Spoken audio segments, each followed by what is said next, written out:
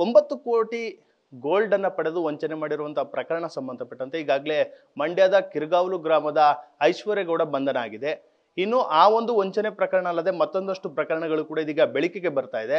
ಅದರ ಜೊತೆಗೆ ಇದೀಗ ಮತ್ತೊಂದು ಗಂಭೀರ ಆರೋಪ ಕೇಳಿ ಬರ್ತಾ ಇರುವಂತದ್ದು ಅಂದ್ರೆ ಕಾಂಗ್ರೆಸ್ನ ನಾಯಕರು ಆ ಒಂದು ವಂಚನೆ ಪ್ರಕರಣದಲ್ಲಿ ಭಾಗಿಯಾಗಿರುವಂತಹ ಶಂಕೆಯನ್ನ JDS ನ ಮಾಜಿ ಶಾಸಕರಾದಂತಹ ಡಾಕ್ಟರ್ ಕೆ ಅನ್ನದಾನಿ ಅವರು ಕೂಡ ಮಾಡ್ತಾ ಇರುವಂತದ್ದು. ನಮ್ಮ ಜೊತೆ ಅವರೇ ಇದ್ದಾರೆ, ನೇರವಾಗಿ ಮಾತನಾಡಿಸ್ತೀನಿ. ಸರ್, ಪತ್ರಿಕಾಗೋಷ್ಠಿ ನಡೆಸಿ ಒಂದು ಆರೋಪವನ್ನು ಮಾಡಿದ್ದೀರಿ, ಐಶ್ವರ್ಯಗೌಡ ಪ್ರಕರಣ. ಏನು ಹೇಳ್ತೀರಾ ಸರ್, ನಿಮ್ಮ ಆರೋಪ ಏನು ಅಂತ? ಐಶ್ವರ್ಯಗೌಡ ವಂಚನೆ ಶುರು ಮಾಡಿರೋದೇ ಕಿರ್ಗಾವ್ಲಿಂದನೇ ಪ್ರಾರಂಭ ಮಾಡಿರ್ತಕ್ಕಂಥದ್ದು. ಅನಂತರದಲ್ಲಿ ಅವರು ರಾಜಕಾರಣಿಗಳ ಬೆಂಬಲ ತಗೊಂಡು, ಸ್ಥಳೀಯ ರಾಜಕಾರಣಿಗಳ ಬೆಂಬಲ ತಗೊಂಡು, ಅದರಲ್ಲೂ ಕಾಂಗ್ರೆಸ್ ಪಕ್ಷದ ಮುಖಂಡರುಗಳ, ಸ್ಥಳೀಯ ಕಿರ್ಗಾವಲ್ ಮುಖಂಡರುಗಳ ಬೆಂಬಲ ತಗೊಂಡು ಆ ಮಟ್ಟಕ್ಕೆ ಯಾವುದೇ ಕೇಸ್ಗಳಾದರೂ ಕೂಡ ಕಿರ್ಗಾವಲ್ ಸ್ಟೇಷನ್ನಲ್ಲಿ ರಾಜಿ ಮಾಡಿಕೊಂಡು ಇವರು ಸ್ಥಳೀಯ ಕಾಂಗ್ರೆಸ್ ನಾಯಕರುಗಳ ಸಹಕಾರದಿಂದ ಇವತ್ತು ಕಿರ್ಗಾವ್ನಲ್ಲಿ ಅನ್ಯಾಯ ಮಾಡಿದ್ದಾರೆ, ಚೀಟಿಂಗ್ ಮಾಡಿದ್ದಾರೆ. ಅನಂತರ ಬೆಂಗಳೂರಿನಲ್ಲಿ ಮಾಡಿದ್ದಾರೆ. ಬೆಂಗಳೂರಿನಲ್ಲಿ DK ಸುರೇಶ್ ಅವರ ಹೆಸರು ಹೇಳ್ಕೊಂಡಿದ್ದಾರೆ. ಅನಂತರದಲ್ಲಿ ವಿನಯ್ ಕುಲಕರ್ಣಿ ಹೆಸರು ಹೇಳಿದ್ದಾರೆ. ಅನಂತರದಲ್ಲಿ ಮಳವಳ್ಳಿ ಶಾಸಕರ ಹೆಸರು ಹೇಳಿದ್ದಾರೆ.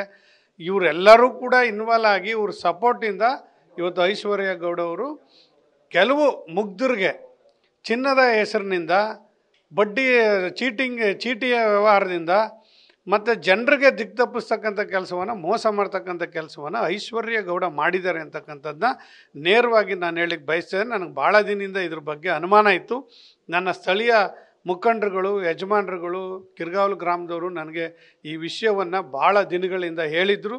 ಆದರೂ ಕೂಡ ಇದು ಸರಿ ಹೋಗ್ಬೋದೇನೋ ಅಂತಕ್ಕಂಥ ನಿಟ್ಟಿನಲ್ಲಿ ನಾವು ತಾಳ್ಮೆ ವಹಿಸಿದ್ವಿ. ಆದರೆ ಅವರು ಪದೇ ಪದೇ ಬೆಂಗಳೂರುವರೆಗೂ ಕೂಡ ಗೋಲ್ಡ್ ವಂಚನೆ, ಹಣದ ವಂಚನೆ ಇವೆಲ್ಲ ಮಾಡಿರೋದ್ರಿಂದ ಐಶ್ವರ್ಯಗೌಡರನ್ನ ನೇರವಾಗಿ ಬಂಧನ ಮಾಡಿದ್ದಾರೆ.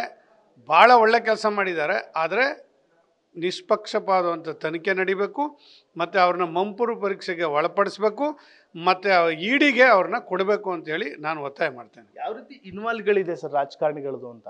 ಯಾವ ರೀತಿ ಅವರೇನಾದ್ರೂ ಹಣವನ್ನು ಪಡೆಯುವಂತ ಆ ಥರದಾಗಿದೆ? ಪ್ರಾರಂಭದಲ್ಲಿ ಸ್ಥಳೀಯವಾಗಿ ಕಿರ್ಗಾವ್ಲಿಂದನೇ ತನಿಖೆ ಶುರು ಮಾಡಿ, ಕಿರ್ಗಾವ್ನಲ್ಲಿ ಇವರು ಅವ್ರಿಗೆ ಪ್ರೋತ್ಸಾಹ ಕೊಡದೇ ಇದ್ದರೆ, ಆ ಕಾಂಗ್ರೆಸ್ ಪಾರ್ಟಿಯ ಮುಖಂಡರುಗಳು, ಸ್ಥಳೀಯ ನಾಯಕರುಗಳು ಮಾಡದೇ ಇದ್ದರೆ ಈ ಪ್ರಕರಣ ಇಷ್ಟೊಂದು ಚೀಟಿಂಗ್ ಮಾಡ್ತಕ್ಕಂಥ, ಅವ್ಯವಹಾರ ಮಾಡ್ತಕ್ಕಂಥ, ಮೋಸ ಮಾಡ್ತಕ್ಕಂಥದ್ದು ಬೆಂಗಳೂರುವರೆಗೂ ಬೆಳಕೊಂಡು ಬರ್ತಾ ಇರಲಿಲ್ಲ.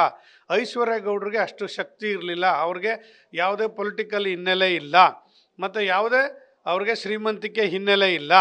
ಆದರೆ ಅವರು ಮಧ್ಯಮ ವರ್ಗದವರಾಗಿ ಇಷ್ಟೊಂದು ದೊಡ್ಡ ಮಟ್ಟಕ್ಕೆ ಹಣದ ವ್ಯವಹಾರ, ಗೋಲ್ಡ್ ವ್ಯವಹಾರ ಮಾಡ್ತಾರೆ ಅಂದರೆ ಅದಕ್ಕೆ ಸ್ಥಳೀಯ ಕಾಂಗ್ರೆಸ್ ಮುಖಂಡರೆ, ಅದರ ನನ್ನ ಹತ್ರ ಫೋಟೋಸ್ ಇದೆ, ಅವ್ರು ಸನ್ಮಾನ ಮಾಡ್ತಾ ಇರೋದು ಎಲ್ಲ ಸ್ಥಳೀಯ ಕಾಂಗ್ರೆಸ್ನವ್ರಿಗೆ ಅವ್ರ ಕಾರ್ಯಕ್ರಮ ಮಾಡೋದು, ಅವ್ರಿಗೆ ಗೋಲ್ಡ್ ಕೊಡೋದು, ಅವ್ರಿಗೆ ಸನ್ಮಾನ ಮಾಡೋದು, ಹಣದ ವ್ಯವಹಾರದಲ್ಲಿ ಹಂಚಿಕೆ ಆಗೋದು, ಭಾಗಿಯಾಗ್ತಕ್ಕಂಥದ್ದು ಎಲ್ಲವೂ ಕೂಡ ಮಾಡ್ಕೊಂಡು ಬಂದಿದ್ದಾರೆ.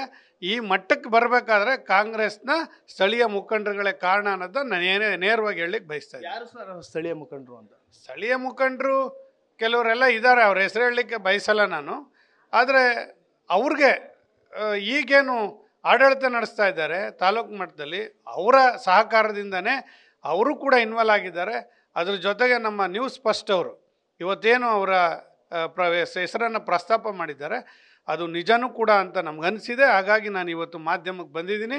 ಖಂಡಿತವಾಗ್ಲೂ ಕೂಡ ಇವರೆಲ್ಲ ಇನ್ವಾಲ್ವ್ ಆಗಿದ್ದಾರೆ. ಸರಿಯಾದ ರೀತಿ ತನಿಖೆ ಮಾಡಬೇಕು, CBIಗೆ ವಹಿಸಿ. ಇದು 50 ಲಕ್ಷ, 1 ಕೋಟಿ, 25 ಲಕ್ಷ, 10 ಲಕ್ಷದ ಕೇಸ್ ಅಲ್ಲ.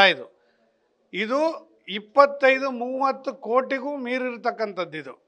ಅದರಿಂದ ಇದನ್ನು EDಗೆ ವಹಿಸಬೇಕು, ಇಲ್ಲ CBIಗೆ ವಹಿಸಬೇಕು ಅಂತೇಳಿ ನಾನು ಸರ್ಕಾರವನ್ನು ಈ ಸಂದರ್ಭದಲ್ಲಿ ಒತ್ತಾಯ ಮಾಡ್ತೇನೆ. ನೀವೇನಾದರೂ ಇದನ್ನು EDಗೆ, CBIಗೆ ವಹಿಸಲಿಲ್ಲ ಅಂದರೆ ಸರ್ಕಾರನೂ ಕೂಡ ಇದಕ್ಕೆ ಪ್ರೋತ್ಸಾಹ ಕೊಡ್ತಾ ಇದೆ, ಇನ್ವಾಲ್ವ್ ಆಗ್ತಾ ಇದೆ ಅಂತೇಳಿ ನಾನು ನೇರವಾಗಿ ಆಪಾದನೆ ಮಾಡ್ಲಿಕ್ಕೆ ಬಯಸ್ತೇನೆ. ಸರ್, ಇನ್ನೊಂದು ಆರೋಪವನ್ನು ಮಾಡಿದ್ರಿ, ಅಂದ್ರೆ ಫಂಡಿಂಗ್, ರಾಜಕಾರಣಿಗಳ ಚುನಾವಣೆಗೆ ಫಂಡಿಂಗ್ ಆಗಿದೆ ಅಂತ. ಯಾವ ಕ್ಷೇತ್ರಕ್ಕಾಗಿದೆ? ನನಗೆ ಇರೋ ಮಾಹಿತಿ ಪ್ರಕಾರ ಮಳವಳ್ಳಿನಲ್ಲಿ ಕಾಂಗ್ರೆಸ್ ಅಭ್ಯರ್ಥಿಗೆ 2023ರ ಚುನಾವಣೆಯಲ್ಲಿ ಫಂಡಿಂಗ್ ಆಗಿದೆ ಅಂತೇಳಿ ಮಾಹಿತಿ ಇದೆ. ಆ ಮಾಹಿತಿ ಖಂಡಿತವಾಗ್ಲೂ ನಿಜನೂ ಕೂಡ ಅಂತ ನನಗೀಗ ಅನ್ನಿಸ್ತಾ ಇದೆ. ಇವೆಲ್ಲ ಬೆಳಕಿಗೆ ಬಂದ ಮೇಲೆ ನಿಜ ಅನ್ನಿಸ್ತಿದೆ.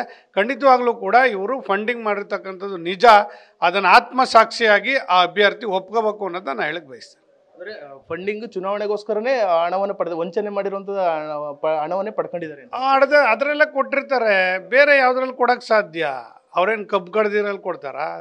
ತೆಂಗು ಬೆಳೆದಿರೋದ್ರಲ್ಲಿ ಕೊಡ್ತಾರಾ ಅಥವಾ ಬಾಳೆ ಬೆಳೆದಿರೋದ್ರಲ್ಲಿ ಕೊಟ್ಟವ್ರ? ಏನಿಲ್ಲ, ವಂಚನೆ ದುಡ್ಡೆಲ್ಲ ಕೊಟ್ಟಿರೋದು ಚುನಾವಣೆಗೆ ಅವ್ರಿಗೆ ಸಪೋರ್ಟ್ ಮಾಡಿ ಹಣದ ವ್ಯವಹಾರ ನಡೆದಿರತಕ್ಕಂಥದ್ದು ಅನ್ನೋದನ್ನ ಹೇಳಿಕ್ ಬಯಸ್ತೇನೆ. ಸರ್, ಕೊನೆಯದಾಗಿ ರಾಜ್ಯ ಸರ್ಕಾರದ ಅಂಡರ್ನಲ್ಲಿ ತನಿಖೆ ನಡೀತಾ ಇದೆ ಪೊಲೀಸ್ ಇಲಾಖೆಯಿಂದ. ಆ ನಿಟ್ಟಿನಲ್ಲಿ ಪ್ರಭಾವ ಬೀರಲ್ವಾ ಸರ್ ಇದು ತನಿಖೆಗೆ ಅಂತ ಆಡಳಿತ ಪಕ್ಷ? ಈಗೇನು ಕಿರ್ಗಾವ್ನಲ್ಲಿ ಅವ್ರ ಮೇಲೆ ಆಗಿದ್ದಂಥ ಕೇಸ್ಗಳನ್ನ ರಾಜಿ ಮಾಡೋ ಮಟ್ಟದಲ್ಲಿ ಸ್ಥಳೀಯ ಕಾಂಗ್ರೆಸ್ ಮುಖಂಡರುಗಳು ನೆರವಾಗಿದ್ದಾರೆ.